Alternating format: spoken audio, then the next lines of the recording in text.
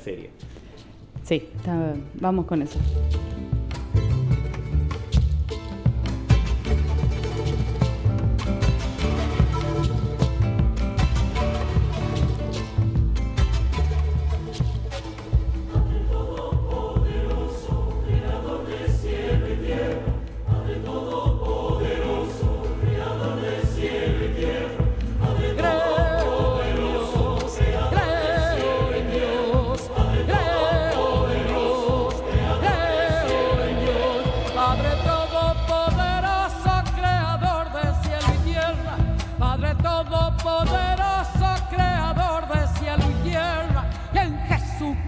Creo, y en Jesucristo creo, y en Jesucristo creo, y en Jesucristo creo. Hijo nuestro Señor fue concebido por obra y gracia del Espíritu Santo, del Espíritu Santo. Nació de Santa María Virgen, padeció bajo el poder de Poncio Pilato, fue crucificado, muerto y sepultado. Descendió a los infiernos, descendió a los infiernos, descendió a los infiernos, descendió a los infiernos.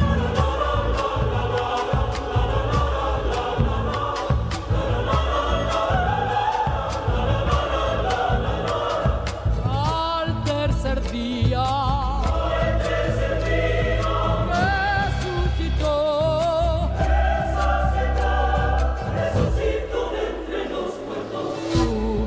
y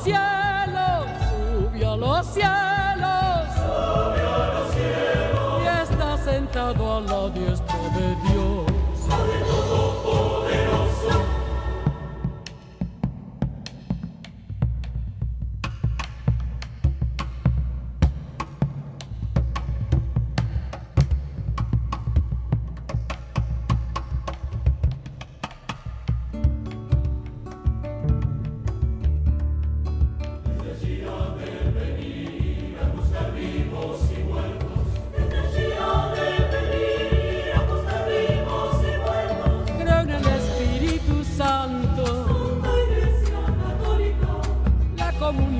Santos y el perdón de los pecados, resurrección de la carne y la vida perdurable. Amén, amén, amén, amén, amén, amén,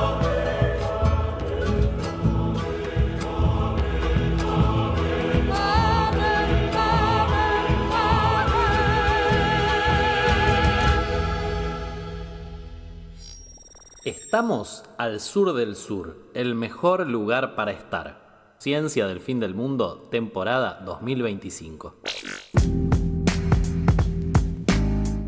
Bien, volvimos a este programa de colección literal porque es el programa especial sobre El Eternauta, quizás la mejor obra de ficción, de ciencia ficción por lo menos, de la historia argentina, porque de ficción ya, bueno, entra un debate eterno, qué sé yo. Y como nosotros somos buenos, pero hay gente mejor. Hay gente mejor. Lau nos dijo, tengo un invitado increíble para hablar del Eternauta, que es el señor Horacio Moreno, no Montero, porque la otra vez me equivoqué y dije Montero, no sé por qué. Horacio Moreno, que vos sos bibliotecólogo, egresado de... Mi formación profesional es como bibliotecólogo de la UBA, de Filo. De Filo, la misma facultad en la que yo tuve la... Y además soy especialista en gestión de información científica y tecnológica de La Plata. Ah, en la Universidad Nacional de La Plata. Uh-huh. Bien, excelente. Pero ahora lo que venís a hablar acá es un trabajo que hiciste junto a la Universidad Nacional de José C. Paz. En José C. Paz, donde yo trabajo como no docente, pero además también como docente. Y bueno, y estamos con varios proyectos ahí dentro de la universidad. Nosotros en la universidad tenemos una editorial que también tiene una cantidad muy importante. Ya superamos, en noviembre pasado ya habíamos pasado un poquito, pero festejamos los 200 títulos de la de la editorial, o sea, entre títulos de publicaciones periódicas, pero libros, o sea, siempre hay más o menos 50 y 50 de este número, son libros. Nuestros libros se publican todos en digital, en acceso abierto. Bien. Es la única editorial del sistema que hace eso. Entonces, mañana mismo me voy a bajar este libro porque realmente me interesa muchísimo leerlo, que es La imaginación científica al poder, paradigmas de los 50 en el Eternauta y otras historias de Oesterheld, compilado por Horacio Moreno, pero con algunos escritores espectaculares. Nombro 2 nomás, que son Juan Sasturian y nuestra queridísima Soledad Kereiliak, que la hemos entrevistado alguna vez, que hablaba justamente de algo bastante semejante, así que me imagino, claro, digo que está en tema con la cuestión de las interpretaciones de las cuestiones literarias. Yo conozco desde hace muchísimo tiempo los temas de la ciencia ficción, y la ciencia ficción en la Argentina también. Soledad tiene un trabajo justamente sobre los precursores de la ciencia ficción, bueno, Holmberg, alguna cosa sobre Lugones, en el siglo XIX, principios del XX. Y ella ha trabajado mucho ese tema, pero bueno, también ha escrito sobre el Eternauta ahora, y en general tiene bastantes investigaciones que tienen que ver con la ciencia ficción.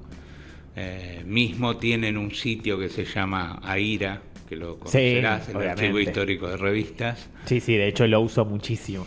Bueno, eso también es un gran aporte, es un gran proyecto de investigación, pero además es un gran aporte para cualquiera que quiera investigar. Y bueno, y en mi caso, que sigo estos temas de la ciencia ficción desde hace, desde que tenía 13 años, o sea, hace muchos. Digamos que no solo que eso es útil, sino que yo conozco la obra de otros, he escrito algunas otras cosas, algún libro. Yo trabajé siempre mucho en temas de industria cultural, escribí libros en fascículos, por ejemplo, para la antigua VH, la que publicaba VHS primero. Bueno, yo estuve mucho en la etapa de los DVD. Hice una colección de cine de ciencia ficción, que escribí el libro que en fascículos se coleccionaba con los DVD que salían a los kioscos. Ah, espectacular. Trabajé con una editorial española que hacíamos los libros acá, en la época del 2001-2002. Nos contrataban porque éramos baratos y mandábamos para allá y ellos imprimían allá y los vendían en euros. Pero bueno, mucha relación con el tema de la ciencia ficción desde hace muchísimos años, y el Eternauta, entre todos esos temas, también es un tema que me acompaña hace más de 30 años. Y los planteos, más allá de algunas notas, algunos ensayos menos académicos que esto que escribí ahora, he hecho durante mucho tiempo, pero digamos que como uno no es un investigador formalizado dentro de un sistema de investigación, yo no tuve el apuro del tiempo y también tuve la desventaja de tener que hacer un montón de otras cosas y no dedicarme a una investigación. Por lo tanto, claro, es mucho tiempo, pero lo que me permitió hacer en este libro es compilar un recorrido que viene desde finales de los 70, principios de los 80 hasta 2024, con distintas intervenciones. Muy bien la gente que vos nombraste, Juan Sasturain y Soledad, pero también otros especialistas que han escrito alrededor de esto, en Estados Unidos, en Inglaterra, en Brasil. Entonces hay sobre alrededor del Eternauta hay varias visiones, y varias visiones de compatriotas, algunos compatriotas que no están en la Argentina. Y en el libro también lo que hicimos fue una introducción donde se habla de invasión, o sea, el tema de la invasión extraterrestre. Hacer un poco, publicar algunos artículos que hablen sobre la teoría de la invasión extraterrestre, que ahí tenemos en la introducción un libro también de un especialista norteamericano que se llama John Reader, que tiene un libro... Que lee un montón, además. Reader, claro, que en realidad se escribe Rieder. Ay, Martín, pero bueno. por favor. Reader tiene un gran libro que se llama El colonialismo y el surgimiento de la ciencia ficción. Él tiene una tesis interesante. muy interesante respecto de que justamente el colonialismo de la época final del victorianismo, o sea, 1880 y demás, está en la base de lo que es la ciencia ficción como la conocemos hoy en día. Claro, esta idea de los que vienen de afuera a invadirte, básicamente, ¿no? Y él hace un análisis muy interesante, muy interesante. Lamentablemente el libro, nada, está en inglés, o sea, hay que poder leerlo en inglés. Nuestros oyentes son todos muy políglotas, cultos, Sí. tienen muchos títulos. De todas formas, hablando del idioma y de la variedad de autores que nutrieron el libro, cabe mencionar que hay traducciones de unos textos interesantes que también se dieron. ¿Cómo fue ese proceso también de...? Las hice yo todas. O sea, también fui políglota. ¿Viste? Yo quiero, porque no es que no me interese el libro, pero me interesa mucho escuchar tu interpretación sobre justamente las lecturas históricas que ha habido del Eternauta, todo esto, porque realmente es un tema que a mí me fascina ya mucho de antes. Martín quiere ir al barro, vamos a ir al barro. Yo el Eternauta lo leí por primera vez cuando tenía 6 años y lo considero como una obra formativa en mi vida, totalmente, digamos. Entonces, para mí es una obra maestra. Es realmente algo central. Ahora, el Eternauta lo que tiene es una semiosis infinita. Interpretaciones de qué habla el Eternauta, hay tantas como lectores. Porque el tema es que hay como una visión más hegemónica de qué es lo que dice el Eternauta, de a quién representa esta invasión, a quién representa este héroe colectivo, que es una interpretación, que es una relectura que hace el propio Oesterheld. Claro. Pero la hace el propio Oesterheld a instancias de entrevistadores, que fueron en ese caso Trillo y Sacomano en 1975, después Martín García lo hizo en la radio, que está circulando en YouTube, el audio, Hoy la única voz. Leyendo la entrevista, no escuchándola, no sabía que estaba el audio. Pero hacen esa relectura donde se relee el Eternauta en una determinada clave, que uno podría pensar, es más, Martín incluso ha hecho una relectura como el Eternauta como una metáfora de la resistencia peronista. Claro, pero Oesterheld tengo entendido que viene del antiperonismo. No sé cuál era su posición exacta en 1957, pero me imagino que aún peronista no era. Bueno, esa es mi visión contrahegemónica en el libro.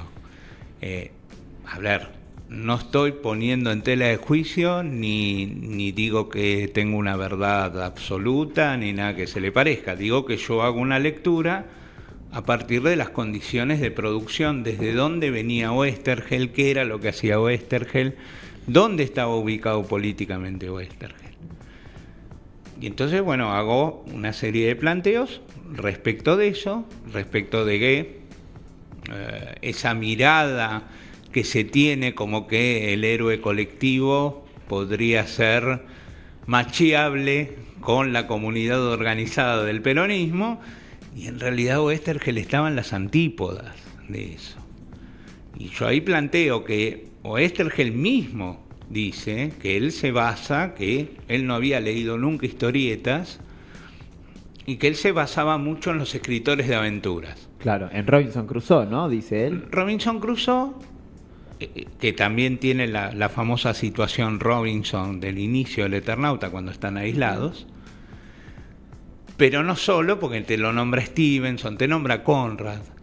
Entonces, esas lecturas son fundamentales, porque esa literatura de aventuras, que técnicamente se llama Adventure Romance, que había varios que lo escribían, Rider Haggard, por ejemplo, Las minas del rey Salomón, tiene una serie de elementos que vos los podés ver también en el Eternauta y en otras historias de Oesterheld.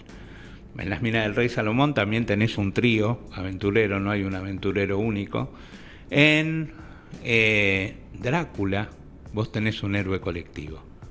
Un héroe colectivo que son profesionales de la clase media, que en esa época victoriana final está en ascenso. Una clase media profesional que asciende como clase dominante en esa Inglaterra en virtud de cosas que pasaron también con la aristocracia militar inglesa, que bueno, las derrotas con los zulúes, las derrotas en Khartoum, creo que es en África,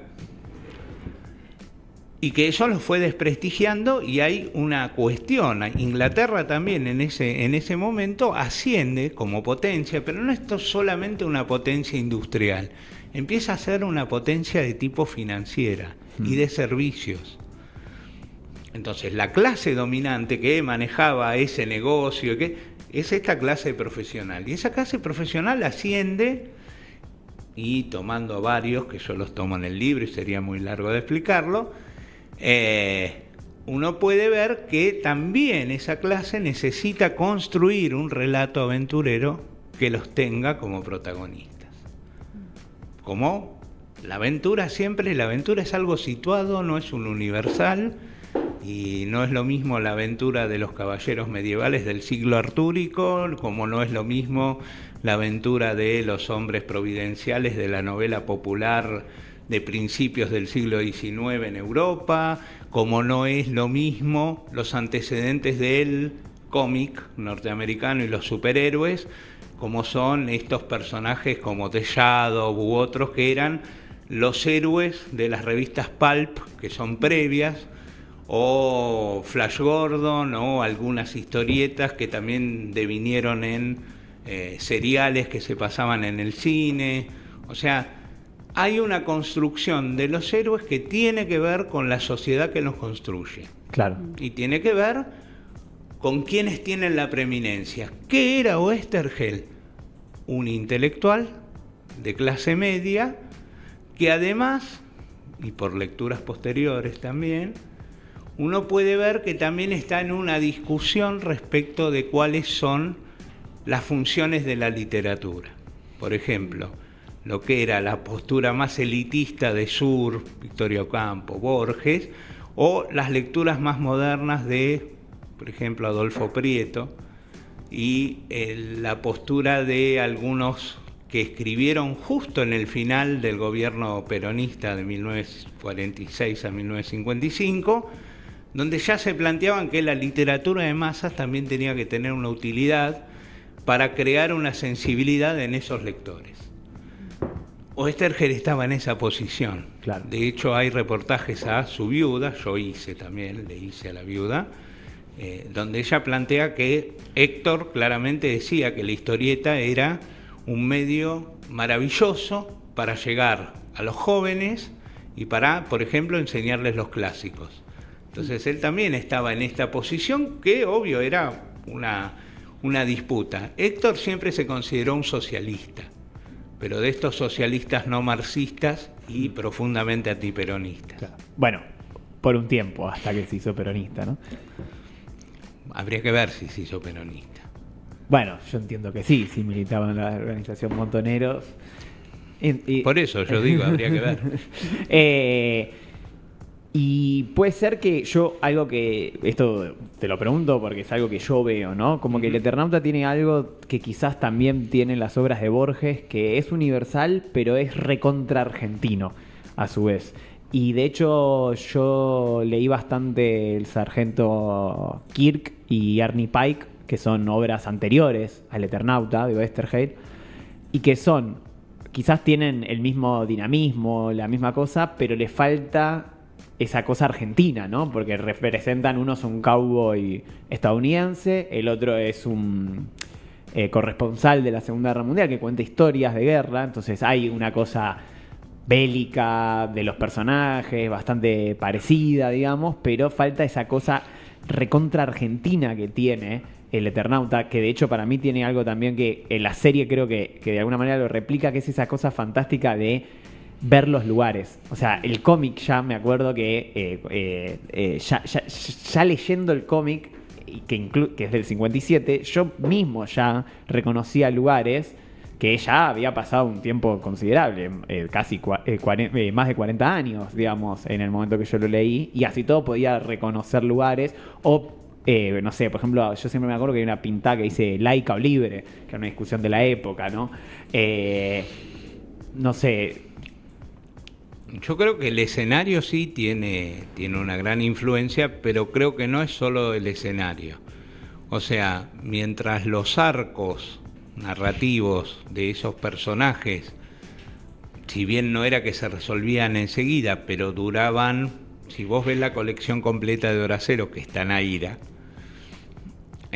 vos, por ejemplo, podés ver nuevas historias del Sargento Kirk, y por ahí te duran 5 o 6 números de a 3, 4 paginitas, porque las entregas eran así, y termina un arco de una historia. El Eternauta duró 2 años y 2 meses. Claro, es muy difícil. Hoy sería imposible eso, seguirlo. Entonces, ese arco es enorme, y además, bueno, con el dibujo de Solano y el reflejo de los paisajes, en los cuales sí la gente se podía reconocer y podía reconocer los lugares y demás, tiene un impacto, pero además tiene un impacto la propia historia, porque la historia, pese a que las otras historias están muy buenas y demás, la historia del Eternauta es realmente cautivante. Toda la historia, las diferentes cosas que van ocurriendo, las formas que tienen de enfrentar la invasión.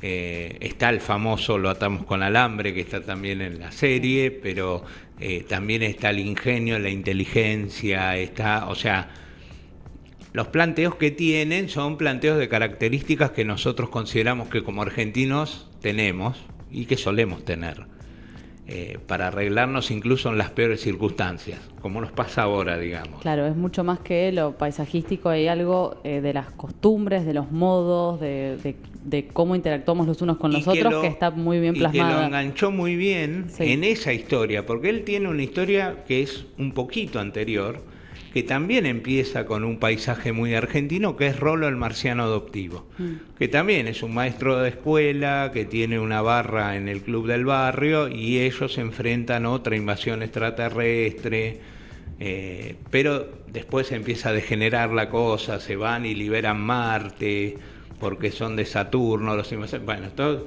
o sea, ya la trama después se va para cualquier lado y nunca logra la profundidad que se logró en el Eternauta. O sea, tiene varias cosas el Eternauta, y tiene, como dije al principio, una semiosis infinita. Podés leer un montón de cosas. Entonces, ese ejército que aparece para reorganizar a los sobrevivientes. Pensemos que era el ejército que unos leyeron como la sublevación de Valle y Tanco. Claro. Y otros pueden leer como los libertadores de la fusiladora. ¿Por qué? Bueno, ¿en qué interpretación está más cerca? ¿Qué era ese ejército? O sea, ese ejército que viene a reorganizar a los sobrevivientes en el Eternauta, ¿es Valle y Tanco o es Lonardi? Entonces, bueno, yo creo que igual tiene algo muy espectacular el Eternauta también, que es que nada es, excepto quizás la figura de, no sé, Juan Salvo, que es como que hace medio todo bien, pero después como que hay muchos grises, como que si bien está esta cuestión de lo colectivo, del grupo, siempre igual hay que desconfiar, siempre hay humanos que te pueden cagar, siempre... O sea, los manos al final no son malos.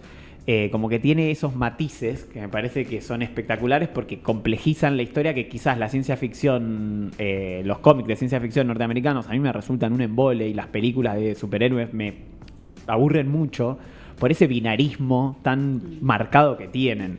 Y para mí, uno de los elementos que a mí más siempre me volaron la cabeza del Eternauta es el concepto de los ellos. Que sea un concepto de un enemigo que está en todos lados, pero a la vez nunca está. O sea, no se materializa nunca, y está en todos lados, y es como, y es todo, y entonces a la vez no es nada. A mí me vuela la cabeza, porque es como invencible de alguna manera, además, es como, no sé. Bueno, eso quedó establecido. 2 cositas por ahí. el cine de la década de los 50 de ciencia ficción norteamericano tiene grandes películas, que obviamente no tienen superhéroes, que obviamente construyen de otra manera, pero hay una estudiosa norteamericana que se llama Vivian Sobchak, que tiene un planteo que es una cosita muy chiquitita en un libro que tiene que se llama Screening Space, donde habla del héroe colectivo. Y ella plantea que en las películas estas donde había criaturas gigantes, producto de la radiación o de alguna invasión extraterrestre, en realidad lo que hacían era desordenar la sociedad. Y la sociedad lo que buscaba para enfrentar eso era el héroe colectivo que formaban políticos, militares y científicos, que es lo que vos ves en las películas de esa época. Que es como un héroe que se construyó. ¿De dónde se construyó ese héroe? De la Segunda Guerra Mundial. O sea, ese es el imaginario de cómo Estados Unidos llegó a tener la bomba atómica y ganó la Segunda Guerra Mundial. Porque esa es la concepción. Entonces, y ellos construyen también un héroe colectivo y demás. O sea, toda esa idea de esa construcción, igual Sobchak es la única que yo he leído, y he leído muchísimo, que yo he visto que tenga este planteo.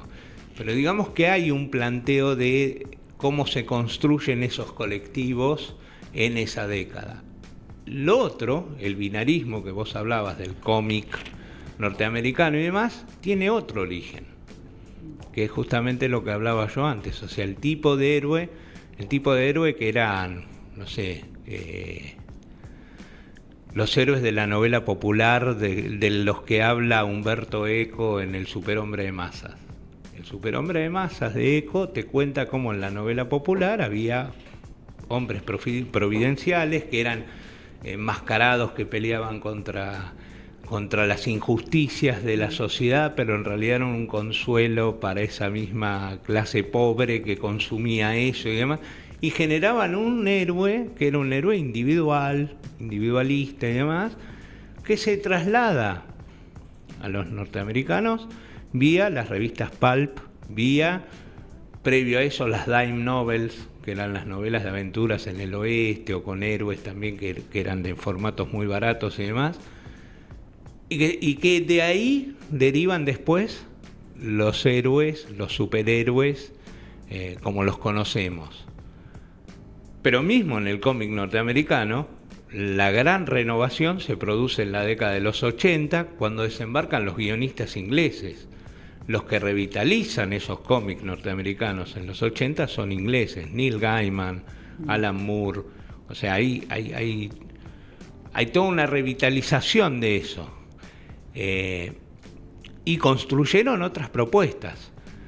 Si vos lees, por ejemplo, las líneas, no sé ahora porque yo hace mucho que no leo de esto, pero lo que fue Vértigo en los 90, principios del 2000, que era una línea de cómic adulto de DC Comics, y las historias te vuelan la cabeza. Historias como Predicador. Bueno, ahora tenés una de uno que fue guionista de Predicador, es The Voice, la serie que se ve. Sí, no la vi, pero me dijeron que es muy buena. Bueno, todos esos planteos están. Yo creo que te va a gustar. Habrás visto películas como V de Vendetta o Watchmen, son dos obras nacidas de la cabeza de Alan Moore. O sea, hay infinidad de cosas en ese cómic y trajeron infinidad de innovaciones. Lo que nosotros vemos por ahí son los productos más adocenados que empezó a sacar Marvel y con los cuales, bueno, vía efectos y más. Y así todo ellos hacen, no sé si un héroe colectivo, pero sí un colectivo de héroes. Sí. Porque esos son los Vengadores, eso es la Liga de la Justicia. Hay una cosa hermosa de Alan Moore que es la Liga de los Caballeros Extraordinarios, que hace una especie de Liga de la Justicia decimonónica, donde están el Capitán Nemo, Jekyll y Hyde, Mina Harker, todos forman un grupo que trabaja para el servicio secreto inglés y ambienta dos historias. Una donde enfrentan a los dos primeros volúmenes, que son los mejores, enfrentan a Moriarty, el archienemigo de Sherlock Holmes, y en la segunda enfrentan la Guerra de los Mundos, la invasión de los marcianos de la Guerra de los Mundos. Es más, los vencen con un arma bacteriológica que la desarrolla el doctor Moreau en su isla, con sus experimentos. Claro. O sea, hay cosas maravillosas en ese tipo de cómic y demás. O sea, no es solamente héroe, y han tenido una renovación los superhéroes y todo eso enorme. Sí, en base a complejizar un poco los personajes y no hacerlos tan ni individuales ni todo blanco o negro. Y la psicología, claro. Y mostrar un Batman psicópata y, por ejemplo, Alan Moore, una de las participaciones que tuvo en Batman es uno que se llama La broma asesina, que es donde queda muy patente que el Guasón y Batman son las dos caras de una misma moneda, y que si están en una u otra posición es solo producto de la casualidad. Y una pregunta antes de que nos quedemos sin tiempo. Vos que interpretaste tanto El Eternauta, hasta ahora hablamos más del cómic, ¿no? Digamos, ¿qué ves de la reinterpretación? Si es que hiciste un trabajo, pero me imagino que aunque sea algunas ideas... Acabo de escribir un tenés. artículo. Bueno, después pásanoslos, así lo subimos, sobre cómo se reinterpreta en la serie. La serie para mí es maravillosa. La serie hace una gran lectura y hace algo que para mí está muy bien en el ayornamiento de la historia. Y lo hace muy bien y mantiene el espíritu de lo que es el Eternauta, e incluso hay citas a otras cosas del Eternauta que se tienen menos claras porque no estaban en la historieta original, pero sí están en lo que yo llamo la larga marcha de Oesterheld con el tema de la invasión. Oesterheld visitó el tema de la invasión desde, Rollo el marciano adoptivo en adelante, varias veces por década. O sea, el Eternauta original, después, ese Eternauta, la verdadera segunda parte, es una novelización que sigue en una revista que se llamaba El Eternauta, claro, que era de otra editorial, donde Oesterheld empieza y hacen una novela. Empezó a escribir una novela que tiene 9 entregas y después la revista cerró, pero ahí, por ejemplo, ves que los sellos no son una cosa tan inmanente. Sí, bueno, eso aparece parece en el Eternauta 2 y es algo que a mí me molestó muchísimo cuando Pero en leí el Eternauta 2 tampoco lo ves, porque lo agarran, está personificado en un humano, sí, pero se le escapa cuando lo está cogotando. Sí, pero en un momento es como un ente abstracto que es como una nube. Ya para mí que se materialice me rompió esa ilusión, pero bueno, es algo mío, ¿no? Claro. En la novela inconclusa, que es la verdadera segunda parte del Eternauta, que es entre el año 61 y el 63. No puedo creer que nunca la leí.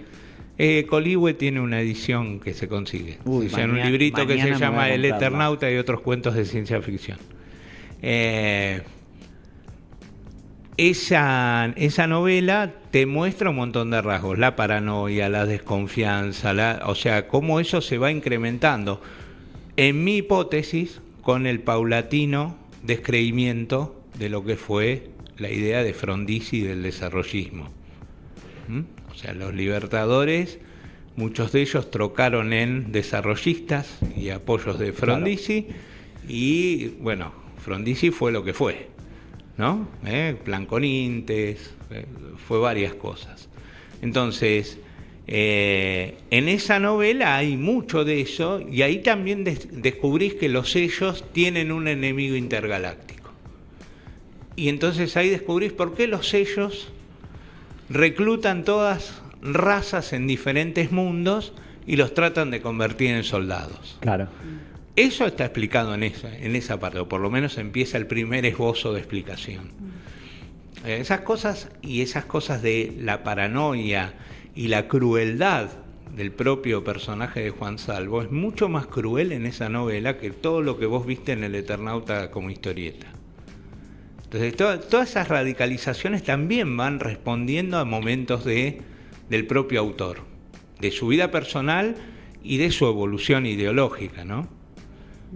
El Eternauta que salió en Gente ya tuvo otra postura, ya las potencias de ser... La edición dibujada por Breccia. Exacto, lo que salió en la revista Gente, que pasamos de una primera hipótesis en el Eternauta donde se esperaban las ayudas del norte, llegan bombarderos franceses, cohetes intercontinentales norteamericanos que le tiran la bomba atómica.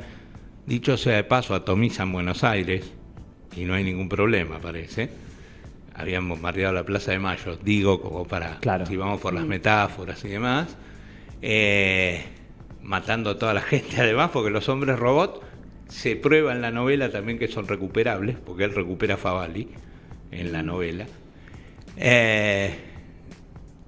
Plantean que el norte era de donde venían las ayudas. Se plantea que el norte podía ser el que ayudara en la lucha con la humanidad. A partir de 1969, con esa versión, las potencias del norte siempre entregan Sudamérica al invasor extraterrestre. Lo hacen en el Eternauta dibujado por Brescia, lo hacen en las dos versiones de Guerra de los Antartes. Una que es de 1970, la otra es de 1974.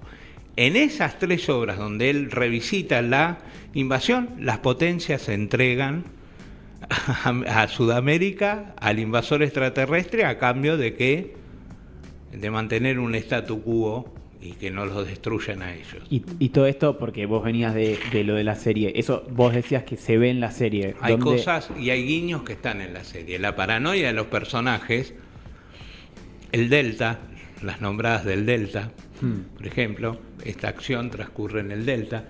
En el Delta, por ejemplo, también ambienta, Oestergel hace una revista tipo como la revista Más Allá, que era una revista de cuentos de ciencia ficción que salió en los 50. Después de todas estas desventuras, en 1965, él intenta hacer una revista propia, que se llama Géminis. Logra sacar 2 números, pero también tenía el mismo tipo de acuerdo, publica cuentos de ciencia ficción y escribe algunos cuentos él. En el segundo número saca un aviso donde dice que se viene la novela del Eternauta, algo que se creía que nunca iba a ocurrir, anuncia la novela del Eternauta. Y cierra ese número con un cuento de él que se llama Una muerte, donde describe, sin contarlo así, pero que vos te das cuenta, la muerte de un humano en el Delta, que viene a morir a una casita, una chabola ahí en el medio del Tigre, y que se dan cuenta que se muere porque tiene una cotorrita en la mano que cuando el tipo se muere se le escapa. Esa escena vos después la ves dibujada en el Eternauta 2, cuando el hermano tiene un pajarito y se dan cuenta que está muerto porque el pajarito se le escapa. Y en el cuento hablan de los cícalos, que es la forma en que los humanos llaman a sus propios pájaros. Bueno, hay un montón de... O sea, hay como todo un universo que Oestergel manejaba permanentemente y que se cruzaba en ficciones y que tenía algo de esa construcción.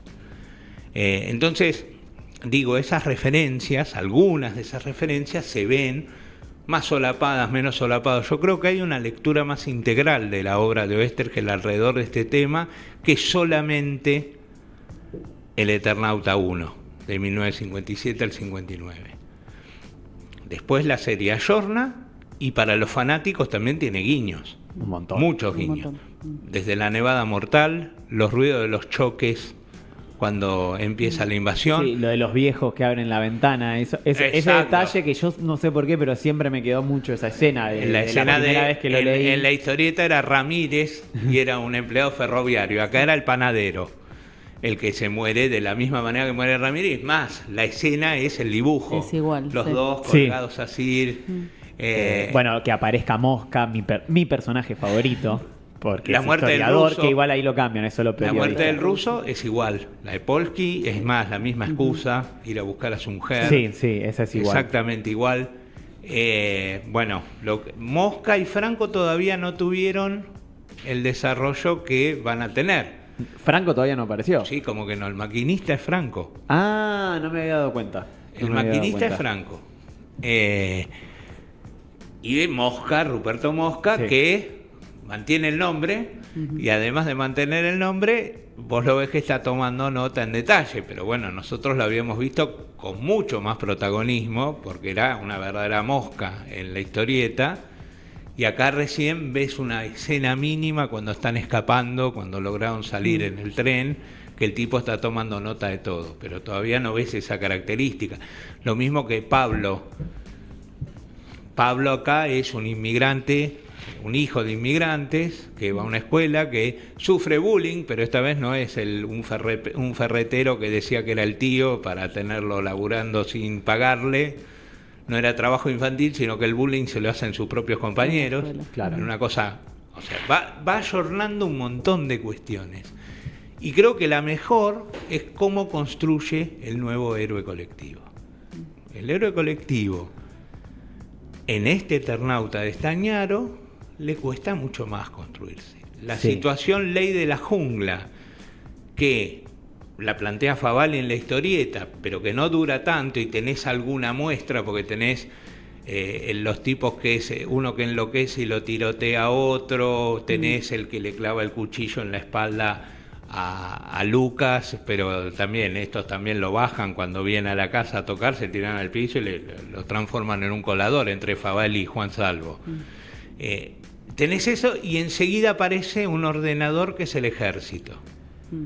Acá el ejército no ordena nada, porque el ejército ha pasado 70 años y todas las trapisondas que hicieron, pero además al héroe colectivo le cuesta muchísimo más y esa etapa de ley de la jungla dura muchísimo más. Es que yo notaba eso. Dura que me prácticamente parecía... 3 episodios. La mitad de la serie todavía es ley de la jungla.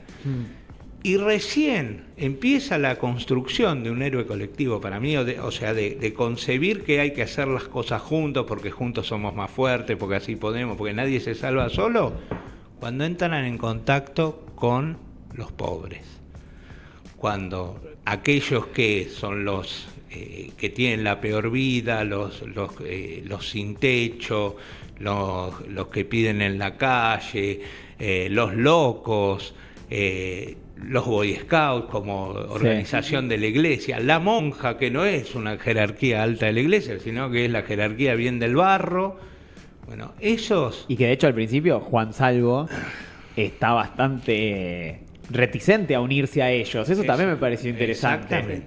Y ahí empieza la construcción del héroe colectivo, donde se dan cuenta además en esa gente, y es creíble además, que se pueda construir desde la solidaridad, desde compartir lo que se tiene, de enfrentar las cosas juntos, desde esos sectores, porque esos sectores en nuestra sociedad son los que han mantenido ese concepto de solidaridad, a diferencia de lo que ha sido la salida individual de todos. O sea, el tipo que hace Omar, el de Omar de Staltari, vos fijate que se autopercibe empresario pyme. Claro. O sea, el tipo dice, no, tengo una pyme, soy durlero. Durlero es un tipo que pone Durlock, acá es un albañil el que pone el Durlock. Y el tipo también en una parte dice, mira, le sacamos el corazón al ajo para que no repita. Esto lo aprendí en un restaurante peruano que trabajé. ¿Y qué eras? ¿El chef? No, bachero. Claro. O sea, vos fíjate ese imaginario, es el imaginario del entrepreneur. O sea, la Argentina tiene todo un tema con eso, o sea, han permeado con eso, son todos entrepreneurs, está lleno de entrepreneurs. Y eso lo han opuesto a trabajar en relación de dependencia, a tener determinadas construcciones, como son los sindicatos, por ejemplo, que son construcciones solidarias, donde vos, no hablemos de los sindicalistas, hablemos de los sindicatos, son construcciones solidarias. O sea, son construcciones donde nos juntamos para ser fuertes. El cuentito de Saborido con los fósforos, que se rompe uno, y cuando son varios no se rompe. Bueno, es eso.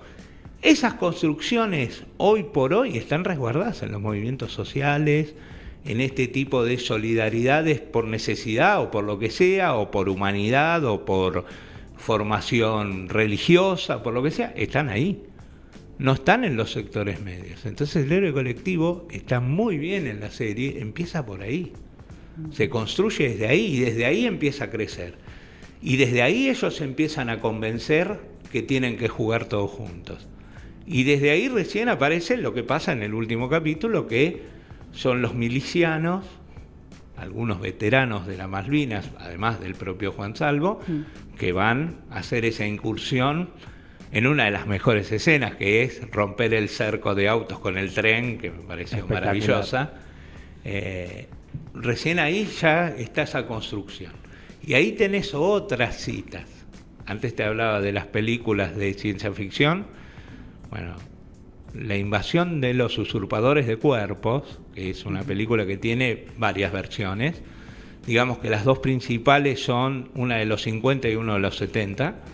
La de los 50, que es la más clásica, es la que más se conoce, es maravillosa. Y tiene una del 70 y pico, que también está muy bien, que la protagoniza Donald Sutherland. Bueno, ahí tenés una de las escenas, cuando ellos lo ven a ese gordo Bob, que era uno de los que estaban en la iglesia, que ahora está transformado en hombre robot, Sí. y lo llaman, y el tipo los señala y dice, ahí están. Bueno, eso es una escena que está en la invasión de los usurpadores de cuerpos de Kaufman del 78, creo que es. Y después la organización de los tipos en contingentes que se van a infiltrar desde la glorieta de Barrancas de Belgrano, los hombres robot que los prepara para mandarlos a infiltrar y demás. Es una escena de la plaza de Santa Mira, en la primera, los usurpadores de cuerpos, la invasión de los usurpadores de cuerpos, la de Don Siegel. Pero es igual la escena, están organizando, no sé si saben el argumento de esa película. Sí, vi la de Donald Sutherland. Bueno, son unas vainas que en realidad reproducen a la persona exactamente y toman su lugar. Es una invasión extraterrestre también, que no tiene mucha explicación, bueno, pasa eso y van reemplazando y todo empieza porque un niño dice, mi papá no es mi papá. Y empieza, bueno, enmarcada en la paranoia de la Guerra Fría, del comunismo y demás, también en otras cosas, bueno, es largo para teorizarlo, pero bueno, esa película habla de lo mismo y demás, y Stagnaro toma esa imagen, y está esa escena, es igualita. Siento que la tengo que ver de vuelta ahora. La verdad... La vi 5 veces, ¿no? Tenés el récord, porque yo escuché una persona que la había visto 3, así que tenés el nuevo récord, pero bueno, claro, vos también tenés mucho material con qué contrastarlo. Y el tema de haber estado muy cerca de la ciencia ficción te hace contrastar, como también en el Eternauta hay fuentes no nombradas. En el Eternauta, la historieta, una de las inspiraciones seguras que tuvo Oesterheld es El Día de los Trífidos, de John Wyndham, que es una novela previa y que salió en la revista Más Allá, en el primer número de Más Allá, una revista de la editorial Abril donde trabajaba Oesterheld y donde se cree que Oesterheld tuvo una participación bastante importante, además de haber publicado 2 cuentos. Pero El Día de los Trífidos hay un montón en El Día de los Trífidos también es una novela de fin del mundo. Y también hay una escena que también muy interesante. Acá vemos el anillo de Van Allen, que se ve que cuando vos vas muy al norte, viste que se ve el verde, eso. Bueno, y acá porque está cambiando los polos, los campos magnéticos de la Tierra. Justo igual hubo una briola austral, que es algo rarísimo. En El Día de los Trífidos, la gente se queda toda ciega por ver lo que parece ser una cola de cometa que era verde brillante. Eso está ahí, y yo creo que lo leyeron de ahí, porque en el Eternauta original no hablan de esto. Nunca se explica la nevada mortal. Claro. Más allá de ser un arma del invasor. Claro. Acá es como que le hacen una explicación científica, vos ves esa cosa verde que te está mostrando que se está cayendo el anillo y te caen las partículas, como explica Favalli. Pero eso no es de la historieta, pero sí es de otras fuentes, o sea, fuentes para rastrear ahí. Son de otras fuentes, pero está bueno también como modernización de la historia y a la vez que es representativa de la obra original y respetuosa con la obra original. Es respetuosa, lo hace creíble. Claro. Hay una explicación científica de algunas cosas, o sea, siempre en la ciencia ficción hay un verosímil. Y además, creo que hay otras fuentes. A ver, yo di un puñado porque uno puede ver muchas cosas más, pero hay un montón de otras fuentes, claro. Y eso es interesantísimo. Le quedará a otra gente mirarlo. Espectacular. Bueno, nos quedamos sin tiempo, pero realmente ya mismo, cuando quieras volver, porque no te vamos a presionar, estás más que invitado a hablar de otras cosas de ficción, porque la verdad me parece fascinante todo. La gente, todos los comentarios están todos fascinados, así que nada, te recontra agradecemos. Sí, gracias. Yo les agradezco. Y vamos a leer el libro sin falta. Quizás puede que me lo guarde para las vacaciones, porque en el año es complicado, pero Sin falta lo voy a leer. Vos pediste una canción de Los Redondos a libre interpretación. Yo dije que suena lo más parecido a Una Nevada Mortal, así que elegí Toxi Taxi. No sé si te parece bien. Me parece perfecto. Así que vamos a escuchar a Patricio Rey con este temazo. Taxi, taxi, taxi.